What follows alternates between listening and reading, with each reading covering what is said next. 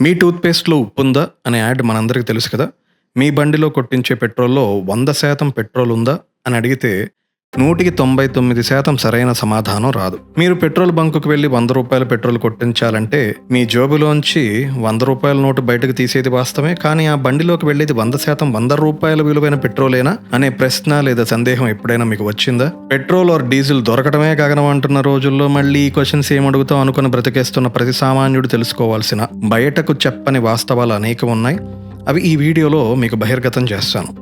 చాలామందికి తెలియని విషయం ఏమిటంటే ఈరోజు మీరు కొట్టించే ప్రతి లీటర్ పెట్రోలు 100% ప్యూర్ గ్యాసోలిన్ కాదు. అందులో 5వ వంతు అంటే 20% అసలు పెట్రోలే కాదు. అది సౌదీ అరేబియా నుంచి రాలేదు, భూమి లోపల నుంచి తీసిన క్రూడ్ ఆయిల్ కూడా కాదు. అది ఒక పొలంలో పండిన పంట. ఉత్తరప్రదేశ్, మహారాష్ట్ర లేదా మన కర్ణాటక పొలాల్లో పెరిగిన మొక్కల నుంచి వచ్చింది. దాన్నే ఈథనాల్ అంటారు. మీరు కొనే లీటర్ పెట్రోల్లో 20% ఈథనాలే ఉంటుంది. అంటే మీరు కల్తీ లేని స్వచ్ఛమైన పెట్రోల్ తీసుకుని కొంటున్నది నిజానికి ఒక మిశ్రమం, ఒక బ్లెండ్ అన్నమాట. ఇప్పుడు ఒక చిన్న లెక్క చూడండి. పెట్రోల్ రేటు 105 నుంచి 110, 12 మధ్యలో ఉంటుంది కదా. కానీ ప్రభుత్వం ఈథనాల్ను కంపెనీల నుండి దాదాపు 70-71 రూపాయలకే కొంటుంది. గతంలో ఇది 50 మాత్రమే ఉండేది. అంటే తక్కువ ధర ఉన్న వస్తువుని ఎక్కువ ధర ఉన్న వస్తువులో కలిపి మీకు మాత్రం మనందరికీ ఫుల్ రేటుకే అమ్ముతున్నారు. ఇది సరిగ్గా పాలల్లో నీళ్లు కలిపి స్వచ్ఛమైన పాల ధరకే అమ్మడం లాంటిది. అంటే పాలు తాగేవాడికి బలం తగ్గుతుంది, కానీ పాలు అమ్మేవాడికి మాత్రం లాభం పెరుగుతుంది. ఇక్కడ చెప్తున్న ఉపమానంలో సామాన్యుడు ఆ పాలు తాగేవాడైతే మరి ఆ లాభం ఎవరికి వెళ్తుంది? అసలు నేను చెప్తున్న ఉపమానం ఎంతవరకు వాస్తవమైంది? అది తెలియాలంటే అసలు గత 10 ఏళ్లలో ఏ దేశం చెయ్యనంత భారీ మార్పుని భారతదేశంలో తన ఫ్యూయల్ రంగంలో ఎందుకు తీసుకొచ్చిందో తెలియాలి. అలాగే ప్రగతి మెరుపు అని చెప్తున్న ఈ మార్పు వెనక ఒక పెద్ద మచ్చ ఉంది. అది కూడా బండిలో పెట్రోల్ కొట్టించుకున్న ప్రతి ఒక్కరూ తెలుసుకోవాలి. ముందుగా అసలు ఈ ఈథనాల్ అంటే ఏమిటి? దీని గురించి సింపుల్గా చెప్పుకుందాం. ఎందుకంటే ఇది వినడానికి సైన్స్ క్లాస్లో బోర్ కొట్టచ్చు, కానీ అసలు విషయం ఇందులోనే ఉంది. Ethanol is basically alcohol. అంటే మనకు తెలిసిన విస్కీ, బీర్లో ఉండే ఇథైల్ ఆల్కహాల్ లాంటిదే. కాకపోతే ఇది భారీ స్థాయిలో తయారు చేస్తారు. మీరు తాగకుండా ఇందులో కొన్ని కెమికల్స్ కలుపుతారు, డీనేచర్డ్. ఆపై మీ ఫ్యూయల్ ట్యాంక్ లోకి దీన్ని పంపిస్తారు. ఇదే పెట్రోల్ లాగా మండుతుంది, కాకపోతే ఇంకా స్వచ్ఛంగా. దీని ప్రత్యేకత ఏమిటంటే పెట్రోల్ ఇంజిన్లో పెట్రోల్ మాత్రమే, డీజిల్ ఇంజిన్లో డీజిల్ మాత్రమే అనే కండిషన్ లా కాకుండా ప్రతి పెట్రోల్ ఇంజిన్ వాహనంలో మీరు మీ కార్ ఇంజిన్ మార్చకుండానే ఆర్ బైక్ ఇంజిన్ మార్చకుండానే మెకానిక్ అవసరం లేకుండానే నేరుగా వాడుకోవచ్చు. ఫైన్. బట్ ఇది అసలు ఎక్కడి నుండి ఉత్పత్తి అవుతుంది? ప్రతి ఇంధనం ఉత్పత్తి జరగాలంటే వనరులు అవసరం. ఈథనాల్ ప్రొడక్షన్ కూడా అలాగే ఒక రా మెటీరియల్ కావాలి. చెరుకు, మొక్కజొన్న, విరిగిన బియ్యం, బ్రోకెన్ రైస్ అంటాం కదా. అంటే మన పొలాల్లో పండించిన లేదా మిగిలిపోయిన పంటలే ఈథనాల్ ఉత్పత్తికి మూల వనరులుగా అవసరమయ్యే ఆహారం. తినటానికి కాదు సుమి, పెట్రోల్ వంటి ఇంధన ఉత్పత్తికి పంటలు పండిస్తున్నారు. ఇది అండర్లైన్ చేసుకోండి. గవర్నమెంట్ ఏం చెప్తుందంటే పర్యావరణ పరిరక్షణలో భాగంగా పెట్రోల్ వినియోగాన్ని తగ్గించడానికి ప్లస్ దిగుమతి సుంకాన్ని కూడా ఆదా చేయడానికి ఈథనాల్ ఉపయోగపడుతుందని చెప్తున్నారు. ఇది పూర్తిగా నిజం కాదు సరిగదా. ఈథనాల్ ఉత్పత్తి చేయడానికి ఇందాక చెప్పుకున్నాం కదా, ఆ చెరుకు, విరిగిన బియ్యం మీదే మనం ఆధారపడితే రేపటి రోజున కొన్ని లక్షల కోట్లు వెచ్చించిన పూడ్చలేని సమస్యలు ఊబిలో కూరుకుపోతామనే వాస్తవం మాత్రం ప్రభుత్వం ప్రజలకు తెలియకుండా ఇదొక్కటే మనకి మిగిలిన ఏకైక ప్రత్యామ్నాయ ఇంధనం అన్నట్టు స్టేట్మెంట్స్ ఇస్తున్నారు. 2014లో మీరు పెట్రోల్ కొట్టించినప్పుడు అందులో ఈథనాల్ ఎంత ఉండేదో తెలుసా? కేవలం 1.5%. అంటే పాలల్లో కలిపిన చుక్క నీళ్లు లాంటిది. ఎవరికి పెద్దగా పట్టేది కాదు. కానీ 2023 వచ్చేసరికి అది 12% పెరిగింది. 2025 నాటికి అది దాదాపు 20% చేరుకుంది. అంటే మన దేశం పెట్టుకున్న టార్గెట్ కంటే 5 ఏళ్ల ముందే గోల్ రీచ్ అయిపోయాం. ఇన్ఫాక్ట్ కేంద్ర ప్రభుత్వం కేవలం టార్గెట్ రీచ్ అవ్వడమే కాదు, రేసులో అందరినీ దాటేసిందని చెప్పచ్చు. దీనికి ఎక్స్టెన్షన్ గా మన మినిస్టర్ నితిన్ గడ్కరీ గారు ఏమంటున్నారంటే రానున్న కాలంలో అసలు పెట్రోల్ వాసన లేకుండా 100% ఈథనాల్ అంటే E100 వాడదాం అంటున్నారు. ఈ ఆలోచన వినడానికి అద్దిరిపోయింది. ఎందుకంటే ఇండియా తన క్రూడ్ ఆయిల్ లో దాదాపు 89% వేరే దేశాల నుండి దిగుమతి చేసుకుంటుంది. దీనికోసం ఏడాదికి దాదాపు 1,00,000 కోట్ల రూపాయలు ఖర్చు చేస్తున్నాం. ఆ డబ్బంతా మన దేశం దాటి వెళ్ళిపోతుంది. పైగా అక్కడ రేటు పెరిగితే ఇక్కడ ప్రతి ఇంటి బడ్జెట్ తలకిందులవుతుంది అనేది చాలా మంది సామాన్యులకి ఇప్పటికే ఈ వార్ నేపథ్యంలో పెరుగుతున్న గ్యాసు ఇటువంటి ధరలు బట్టి అర్థమైంది కదా. అందుకే పెట్రోల్ ఇంపోర్ట్ చేసుకోవడం కంటే మన పొలాల్లో పంట పండించి ఫ్యూయల్ తయారు చేసుకోవడం వినటానికి చాలా తెలివైన పనిలా అనిపిస్తుంది. కానీ ఇతర దేశాల్లో వర్కౌట్ అయిన ఈ ఫార్ములా మన దేశానికి నిజంగా సరిపోతుందా? వాస్తవానికి ఈ బ్లెండ్ ఏదైతే ఉందో ఈ ఐడియా ఏదో ఇండియా కొత్తగా కనిపెట్టింది కాదు. అమెరికా, బ్రెజిల్ దేశాలు కలిపి ప్రపంచంలోనే 80% ఇథనాల్ ఉత్పత్తి చేస్తున్నాయి. వాళ్ళకి ఇదేం సైడ్ బిజినెస్ కాదు, ఒక మెయిన్ ఇండస్ట్రీ అనమాట. Brazil, USA, China, Canada, European nations, India దేశాల్లో ప్రస్తుతం ఎంత శాతం ఒక్కొక్క దేశం బ్లెండ్ జరుగుతుంది, ఇథనాల్ దేనితో తయారు చేస్తారు, వారి లక్ష్యం ఏమిటనే వివరాలు ఇందులో ఒకసారి జాగ్రత్తగా చూడండి. మన ప్రభుత్వం కూడా ఈ వివరాలను చూపించే like see my dear fellow వాసియం, అమెరికా, యూరోప్, చైనా వంటి అనేక దేశాల్లో ఈ విధానం ఉంది. బ్రెజిల్లో అయితే ఏకంగా 100% ఇథనాల్ బ్లెండింగ్ సాధించారు. దాన్ని E100 అంటాం. అందువలన బ్రెజిల్ సాధించిన ఈ నమూనా భారతదేశ ఇథనాల్ ఉత్పత్తి లక్ష్యానికి స్ఫూర్తినిస్తుందని మన భారత రోడ్డు రవాణా రహదారుల శాఖ మంత్రి నితిన్ గడ్కరీ గారు నొక్కి చెప్తున్నారు. కానీ ఇక్కడ చాలా ముఖ్యమైన విషయం కేంద్ర ప్రభుత్వం ఏం ఇగ్నోర్ చేస్తుందంటే, విదేశాల్లో కస్టమర్కి E5, E10, E20 అని ఇలా చాలా మల్టిపుల్ చాయిసెస్ ఉంటాయి. ఉదాహరణకు మీరు అమెరికాలో పెట్రోల్ కొట్టించుకోవాలంటే E10 ఉంటుంది, E15 ఉంటుంది. కొన్ని చోట్లయితే అసలు ఇథనాల్ లేని ప్యూర్ పెట్రోల్, గ్యాసోలిన్ కూడా లభిస్తుంది. కానీ ఇండియాలో మీరు బంకుకు వెళ్తే మాత్రం మీకు ఆప్షన్ ఉండదు. ఉంటే E20 కొట్టించుకో, లేకపోతే బండి ఆపుకో అన్నట్టుగా ఉంది పరిస్థితి. మన దేశంలో 2022లో కొన్న వాహనాలకి for the first time 100% pure petrol కాకుండా E10 బ్లెండ్ చేసిన పెట్రోల్ స్టాండర్డ్గా తీసుకొచ్చారు. కానీ ఒక్క ఏడాదిలోనే అంటే 2023 వచ్చేసరికి భారత ప్రభుత్వం BS6 Phase 2 నిబంధనల్ని ప్రవేశపెట్టింది.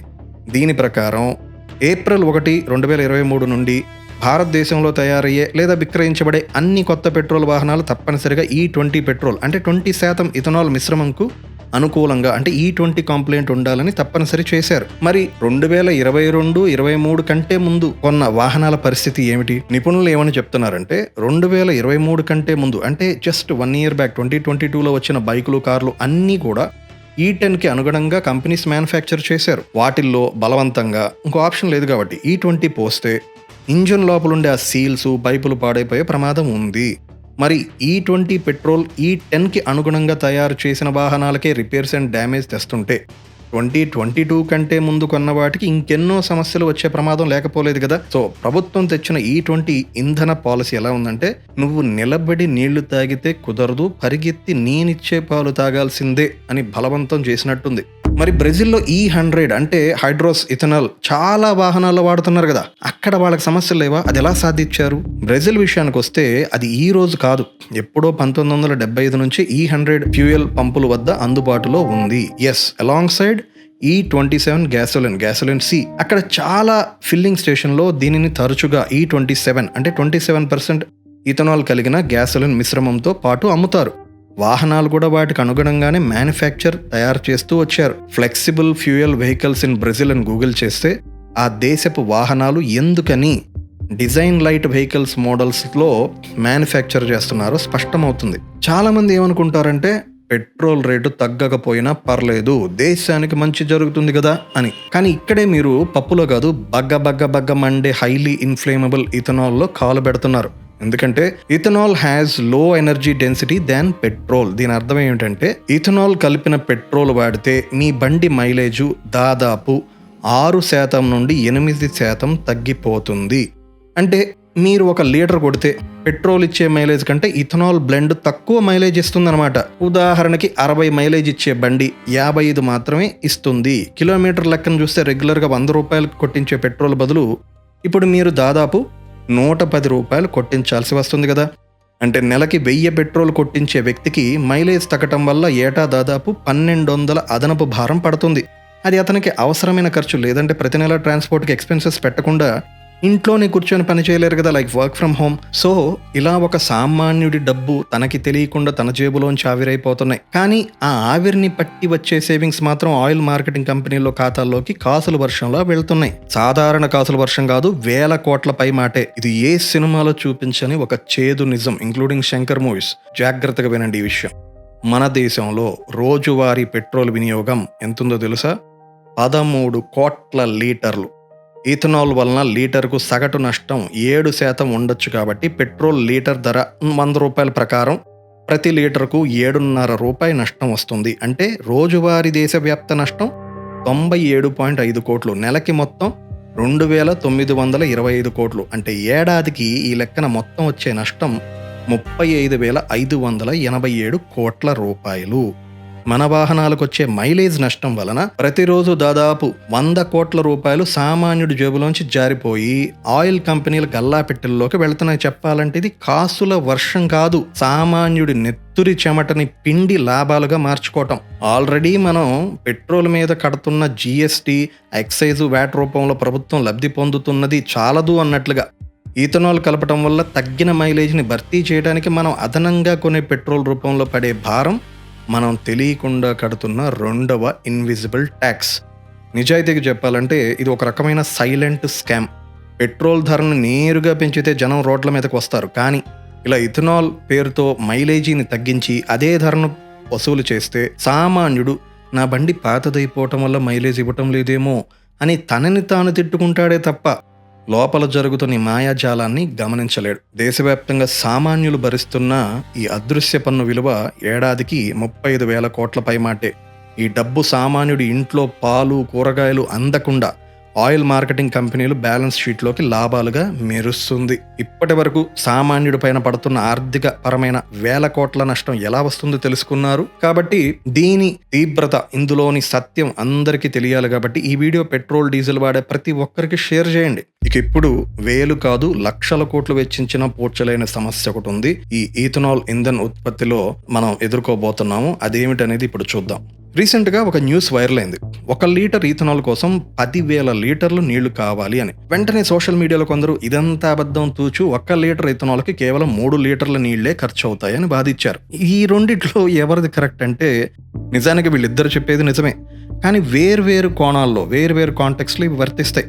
ఆ 3 లీటర్ల లెక్క ఏమిటంటే ఫ్యాక్టరీలో ప్రాసెస్ చేయడానికి వాడే నీళ్ళు అనమాట. అది టెక్నికల్గా కరెక్టే, కానీ ఈథనాల్ అనేది ఫ్యాక్టరీలో పుట్టదు కదా, అది పొలం నుంచి పుడుతుంది. ఆ పంట పండటానికి కావాల్సిన నీళ్లే అసలైన భారతం. 10,000 లీటర్లు అదే చెప్తున్నాడు. ఇదొకసారి చూడండి. చెరుకు పంట నుండి అంటే షుగర్ కేన్ నుంచి 1 లీటర్ ఈథనాల్ ప్రొడక్షన్ కోసం 3,630 లీటర్ల నీళ్లు ఖర్చు అవుతుంది. అదే మొక్కజొన్న నుండి తయారు చేసే 1 లీటర్ ఈథనాల్ కోసం 4,670 లీటర్ల నీళ్లు. బియ్యం అంటే రైసు 1 లీటర్ ఈథనాల్ ఉత్పత్తి చేయాలంటే 10,790 లీటర్ల నీళ్లు అవసరం పడుతుందంట. ఇవి ఎవరో యాక్టివిస్టులు, సోషల్ యాక్టివిస్టులు, హ్యూమన్ యాక్టివిస్టులు, ఈ ప్రొటెస్టెంట్లు, లెఫ్టిస్ట్ భావజాలాలు చెప్పిన అంకెలు కాదు. మన ఫుడ్ సెక్రటరీ సంజీవి చోప్రా స్వయంగా ఇచ్చిన డేటా, గవర్నమెంట్ డేటా 2025-2026. ఇక్కడ మనకి స్పష్టంగా తెలుస్తున్న విషయం ఏంటంటే చెరుకు, మొక్కజొన్న, బియ్యం ఈ మూడింటిలోనూ అత్యధికంగా 1 లీటర్ ఇథనాల్ ఉత్పత్తి చేయాలంటే బియ్యంకి అయ్యే నీటి ఖర్చు 10,790 లీటర్లు, అన్నిటికన్నా అధికంగా ఉంది. ఇటువంటి పరిస్థితుల్లో మనం బియ్యం నుండి ఇథనాల్ ఉత్పత్తి అనే ప్రక్రియను ఆపేయాలని ప్రతి సామాన్యుడు, అది కామన్ సెన్స్ కదా. కానీ అందుకు విరుద్ధంగా ఇక్కడ కేంద్ర ప్రభుత్వం ఒక ఘోరమైన నిర్ణయం తీసుకుంది. అదేమిటంటే ఈథనాల్ ఉత్పత్తి కోసం వాడే బియ్యాన్ని ఏడాదిలోనే 52 లక్షల టన్నుల నుండి 90 లక్షల టన్నులకి పెంచేసింది. ఎంత స్వార్థపూరితంగా కేంద్రంలోని బీజేపీ ప్రభుత్వం వ్యవహరిస్తుందో చూడండి. అసలు ఈ 90 లక్షల టన్నుల బియ్యం పండిస్తుంది తినటానికా కాదు, పెట్రోల్లో కలిపే మిశ్రమం తయారు చేయడం కోసం. కానీ ప్రభుత్వం ఏమని చెప్తుందంటే అబేబే ఇది మీరు తినే బియ్యం కాదబ్బాయిలు, ప్రత్యేకంగా పారిశ్రామిక అవసరాల కోసం కేటాయించిన బియ్యం. అలాగే తరచుగా ప్రభుత్వ నిల్వల నుండి వచ్చే మిగులు, అదనపు లేదా పాడైపోయిన ఆహార శ్రేణి బియ్యంతో కూడి ఈ ఇథనాల్ మిశ్రమంకి వాడుతున్నామని చెప్తున్నారు. సరే, కాసేపు అదే నిజం అనుకుందాం. మనం తినే బియ్యమైనా తినని బియ్యమైనా పండించాల్సింది మాత్రం ఎక్కడి నుండి పట్టిద్ది? ఈ భూమిలోంచే కదా అది పండాల్సింది. దీనికోసం వేరే ప్రత్యేకమైన బియ్యం అని చెప్తున్న వాళ్ళు అలా తినటానికి పనికిరాని బియ్యం పండించిన నేల రేపు సారవంతమైన, నాణ్యమైన బియ్యం ఉత్పత్తికి తిరిగి వాడాలంటే ప్రజలు తినే బియ్యానికి ఆ నేల పనికొస్తుందా అంటే సమాధానం లేదు. ఇక ఇది చాలదన్నట్లు మన దేశంలో భూగర్భ జలాలు ఏటా 8 సెంటీమీటర్లు పడిపోతున్నాయి. 2030 నాటికి ఢిల్లీ, బెంగళూరు, చెన్నై లాంటి సిటీల్లో నీళ్లు అయిపోతాయని ఇదే కేంద్ర ప్రభుత్వం ఆధ్వర్యంలో ఉండే ఆ నీతి ఆయోగ్ హెచ్చరిస్తోంది. ఇంతటి నీటి సంక్షోభంలో ఉండి కూడా కరువుతో అల్లాడే ఆ మరాఠ్వాడా లాంటి ప్రాంతాల్లో ఈథనాల్ ప్లాంట్లు పెట్టడం అంటే దాహం వేస్తున్న వాడి నోటి దగ్గర గ్లాసు లాక్కొని ఆ నీళ్లతో బండికి పెట్రోల్ కొట్టించడమే అన్నమాట. రాజస్థాన్లోని టిబ్బీ అనే ఊర్లో రైతులు ఇప్పటికే రోడ్డు మీదకి వచ్చారు. మాకు చెప్పకుండా మా ఊళ్ళో ప్లాంట్ ఎలా పెడుతున్నారని ధర్నా చేస్తున్నారు.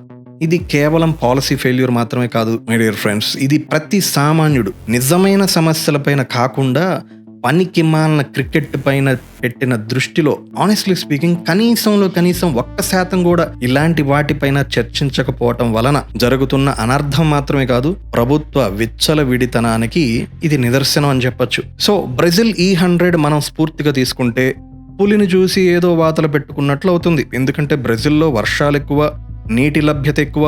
వాళ్ళు 40 ఏళ్ల నుంచి ఈ సిస్టమ్ని అలవాటు చేసుకున్నారు. సింప్లీ వాళ్ళు ముందు ఇన్ఫ్రాస్ట్రక్చర్ని నిర్మించి, అంటే మౌలిక సదుపాయాలను అందజేసి తరువాత E100 సప్లై స్టార్ట్ చేశారు. అంతేగాని ఇక్కడిలాగా ముందు E20 పెట్రోల్ ఇచ్చి తరువాత వెహికల్ మ్యానుఫ్యాక్చరింగ్ చేయటం లేదు మన ప్రభుత్వాలు చేస్తున్నట్టు. మరి ఇంత పెద్ద ఆపద రాబోతుంటే ప్రభుత్వం ఎందుకు ఈథనాలే భవిష్యత్ అంటుంది? గవర్నమెంట్ చెప్పే సమాధానం ఏంటంటే ఈథనాల్ వైపు మళ్ళడం వలన దేశం గెలుస్తుంది, రైతు గెలుస్తున్నాడు. కానీ లోతుగా చూస్తే మాత్రం అసలు లాభం ఎవరికి అనే ప్రశ్న మనం ముందు వేసుకోవాలి. మీకు ఇక్కడ కొంచెం గతంలోకి వెళ్తే 50 రూపాయలు ఉన్న ఇథనాల్ ధర ఇప్పుడు 71 రూపాయలకు పెరిగింది.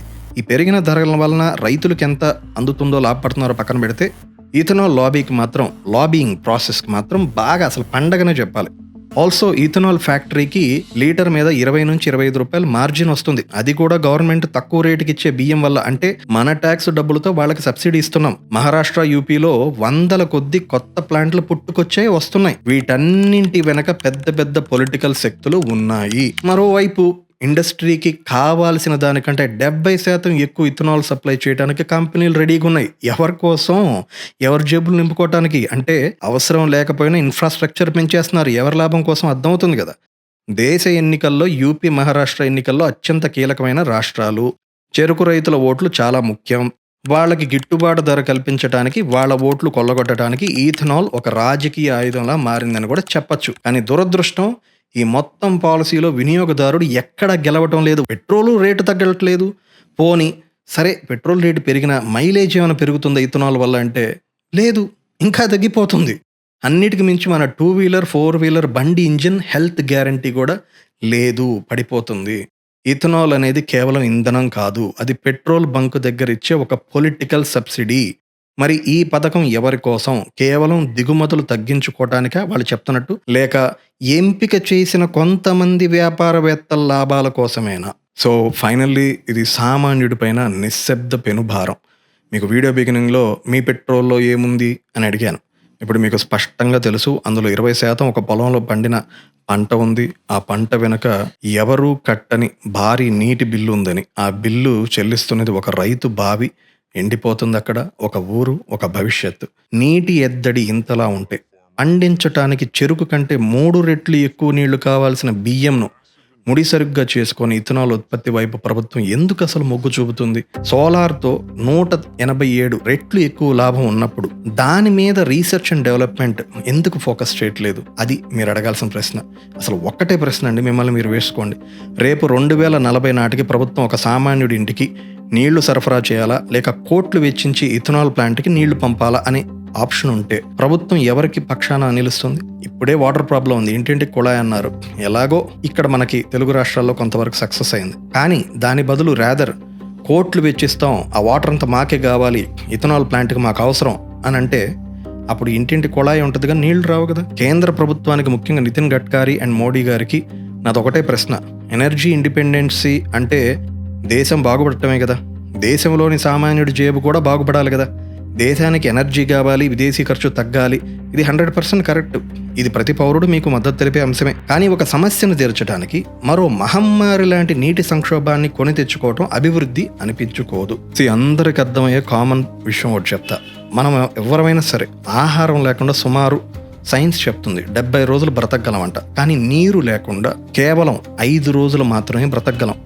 ఇది శాస్త్రవేత్తలు చెప్తున్న వాస్తవాలు. ఇథనాల్ ప్రొడక్షన్ కోసం మీరు ఆహారం కోసం పండించే పంట పొలాల్లో పెట్రోల్ వినియోగం కోసం వాడితే బావులు, చెరువులు, భూగర్భ జలాలు, నదుల్లో నీళ్లు మిగులుతాయా?